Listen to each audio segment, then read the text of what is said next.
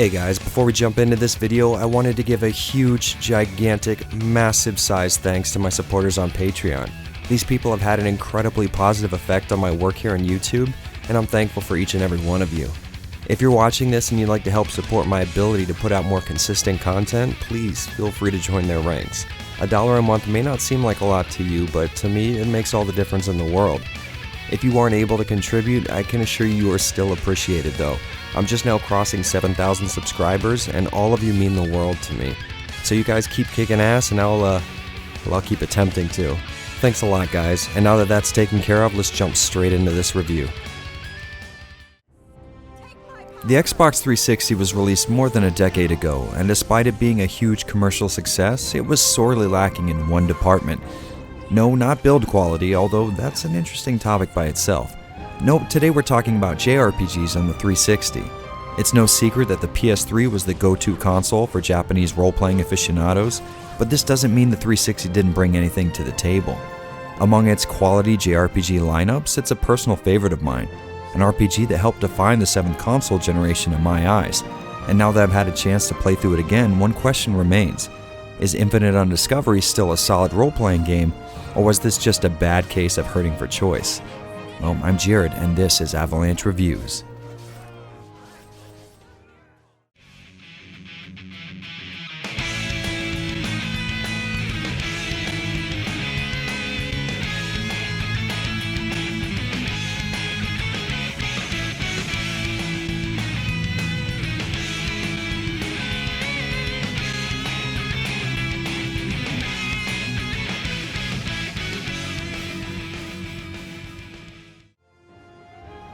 Be gone!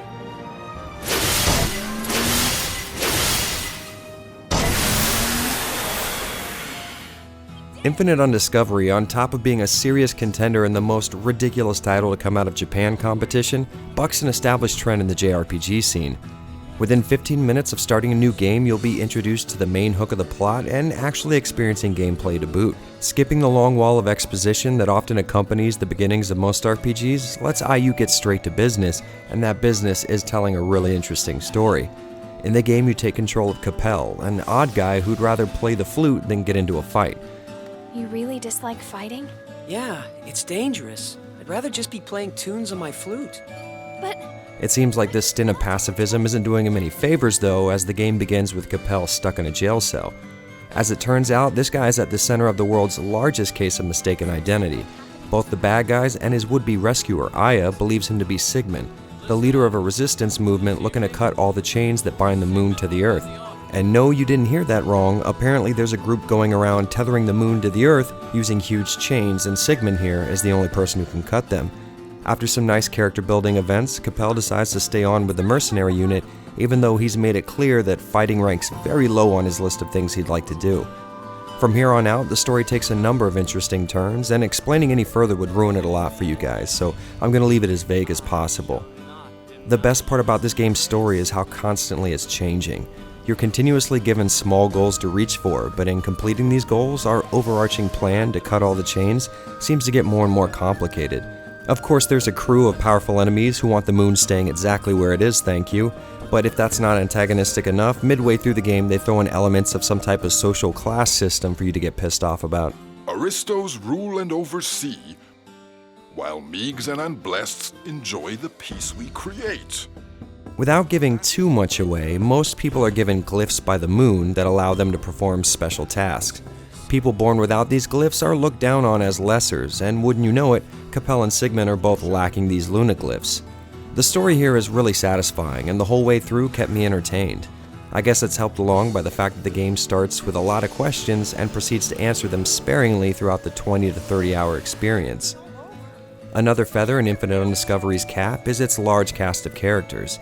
Each party member you come across has a unique personality and feels more three-dimensional than they have any right being. Some members hate Capel, some end up leaving due to a lack of faith in the mission, and some are, well, definite waifu material. You poor little thing, you! From now on, I'll be your sister.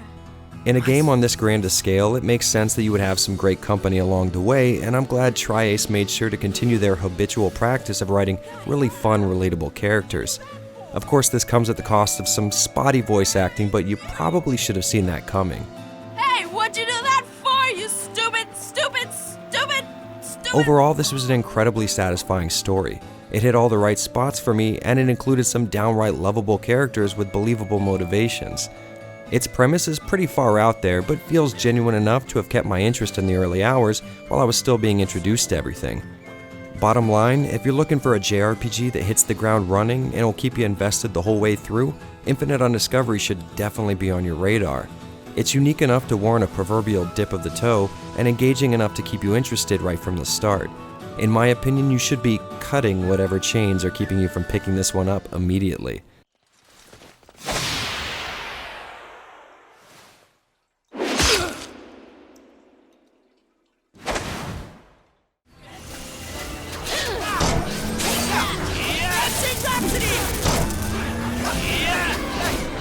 It seems like Tri-Ace has always had one mission as a developer: to stray as far from the traditional turn-based role-playing game as humanly possible, and Infinite Undiscovery is no different in that regard. Taking what I like to call the Star Ocean till the end of time approach, but combining it with the more open feel of an MMORPG, IU feels hectic and action-packed right from the get-go. In between towns and dungeons are huge open expanses filled with monsters to fight, and these fights can be one of the best parts about the game. Instead of being teleported into a different screen, battles take place right there on the map. You have a light and heavy attack mapped to X and A respectively. Switching up the order in which you mash these guys will lead to some pretty cool looking combos, if not a little annoying due to Capel announcing every single one, every single time. If you want to continue strings even longer, the attack buttons can be held in, leading to special attacks. Of course, you'll learn more of these skills when you level up, and they can be equipped to any button you like, but combat is a little deeper than just performing combos that lead into specials. The battle system is based on keeping strings continued, but instead of hammering on the damage, these combos have benefits outside of battle. For example, keeping an enemy juggled in the air will result in bonus experience points, and a little OTG will see everyone in the party getting a bit of HP back. These combinations can be massively satisfying, and ordering your party to focus on combining their efforts leads to some awesome fireworks and just a bit of slowdown. But if I'm being honest, that doesn't bother me at all. With both parties, the hit animations, and particle effects on screen at once, I'm surprised it doesn't slow down to a crawl.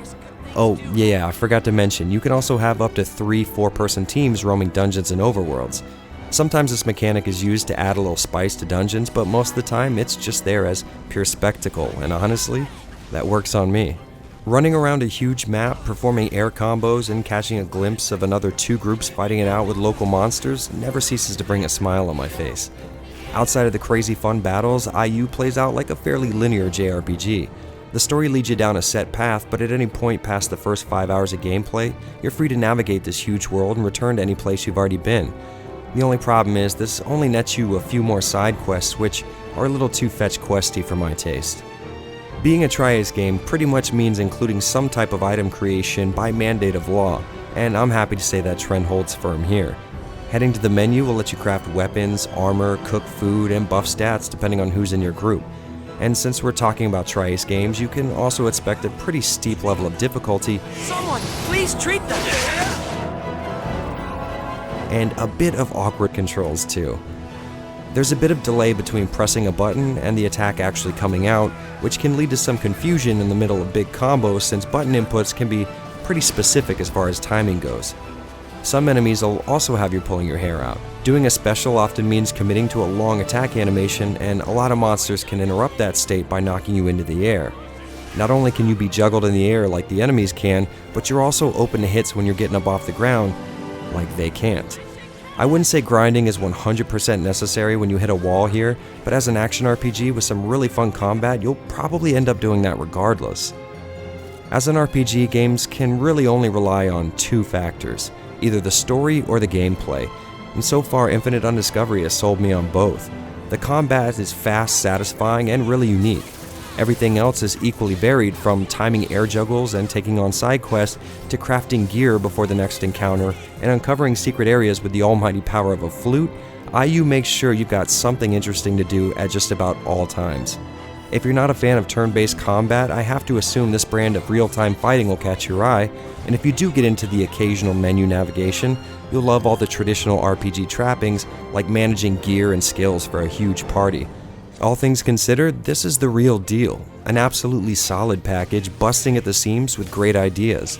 A bit of slowdown and some tough-ass enemies might have you mildly annoyed at times, but trust me when I say that this game falls into a very short list of RPGs that are worth playing based on their gameplay alone.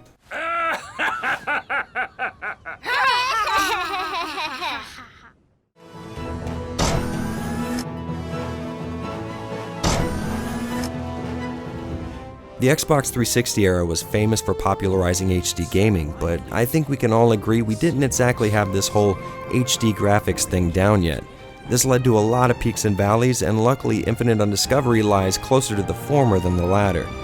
The first thing you're likely to notice is that each main character is modeled really well, and has some pretty complex geometry to boot. To put it simply, these characters still hold up today. What absolutely does not hold up today is the facial animations that are often put to shame by Dreamcast-era releases. Hi there, I'm Rico. This is my sister. I'm Richa. Nice to meet you. Yeah. It's just really off-putting seeing a perfectly natural-looking face like this expressing this kind of alien emotion. I think the eyes are particularly creepy-looking sometimes, but I doubt most people will call this a deal-breaker. The overall look of the in-game menu and dialogue boxes definitely live up to that Tri-Ace name. Lots of easily recognizable icons are used, but this doesn't mess up that traditional RPG menu we're all used to. In battles, the graphical wow factor gets turned up to 11 though. In most fights, you'll be seeing several flashy attack animations playing out all at once, and often all taking place in the same square foot of real estate. The lighting, particle, and post-processing effects make this look satisfyingly chaotic, but this does come at the cost of game speed. And because of this, it's not too uncommon to see some slowdown dipping below 10 frames per second. Since the combos in the game are pretty strict with button timing, this can get in the way, but it's not often enough to bother me, and it's really easy to adapt to the speed and input accordingly. One of the best parts about the game's presentation is another Tri-Ace staple, and that's a knack for creating large overworld maps that are fun as hell to explore. These areas often lead to several hub locations, and you'll find yourself in them a lot. The good news is they all have a very grand scale and give you a good feel of the type of world you're in. Plus, there's the added bonus of always being able to see a glimpse of the moon and all the chains you have to cut to finally free it. Getting from town to dungeon and back to town again is really fun, and the general layout sort of reminds me of Stalker, but on a smaller scale. I will say that some indoor areas can be a little too dark, and this leads to a bit of detail being lost, but this may be caused by me using component cables and a FrameMeister to spit out a digital image. And to be honest, those are just about my only gripes with this game's graphics. The whole package still looks great today, and when looking back on the 360's limited JRPG library, I can say that IU stands at the top, and yes, that does mean it looks better than Lost Odyssey. Let's see how hard the Sakaguchi fanboys take that. If your issue with retro JRPGs is not being able to adjust to the old quirks of late 2D and early 3D graphics, Infinite Undiscovery should serve as a great intro into the genre. It looks flat out amazing, and even counting the frame rate dips and scenes of heavy action, the game still impresses the hell out of me. In the end, I guess the best compliment I can give is, this is a Tri-Ace game, through and through.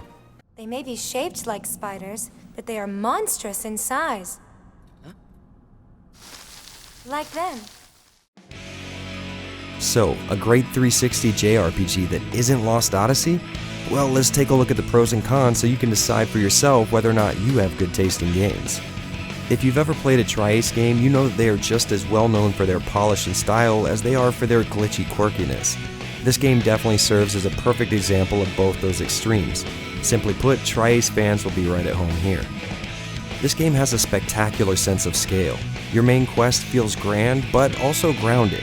Of course, it gradually opens up to a wider goal, but this is done in a way that feels natural and well thought out.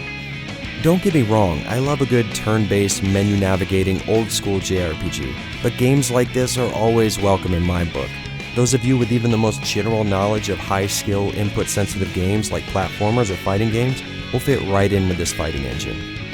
IU has a really large cast of unique and likable characters. Sure, some of them fall into some well-known anime stereotypes, but that doesn't mean they're not also charming. Some of the facial animations during dialogue are the worst I've seen since Mass Effect Andromeda. If you're familiar with Tri-Ace's other action RPGs, I'm sure you know how easy it is to get caught in a stun loop or be knocked in the air from an off-screen attack every once in a while. This surely won't cause you to put your controller down, but you might think about it a couple times. During big, flashy fights, expect the frame rate to chug a bit. That being said, it didn't bother me too much, so either the game is good enough to make up for it, or it's just not that big of a deal. I gotta say, I am very impressed with Infinite Undiscovery. When I came back to it a few weeks ago, I figured it couldn't be as good as I remembered it, but this one time I was more than happy to be wrong. The gameplay, graphics, and overall feel just screams classic Tri-Ace, and let's face it, the world could use a few more quality action RPGs. If you're a fan of classic games like Tales of Phantasia or Star Ocean Till the End of Time, you're likely to fall in love with this game. And if you played most of the classics, a quick dip in the pool of modern-ish titles could be exactly what you're looking for. The game stays under the $12 mark fairly regularly, and with that kind of price tag, I'm confident you'll get more than your money's worth. Well guys, that's about it for me, but I will be back soon, so as usual, I'm Jared. Dinner, dinner, dinner, dinner, dinner. You're not triplets. And this is Avalanche Reviews. Hey guys, thanks for hanging out a bit. Once again, I really have to thank my Patreon supporters for being the most rad people on earth. And if you want more RPG reviews, you can check them out right here, conveniently right in front of your face. Make sure to hit that subscribe button and, I don't know, go do that thing you've always wanted to do. You know, I'm all about motivation here, so get out there and be somebody.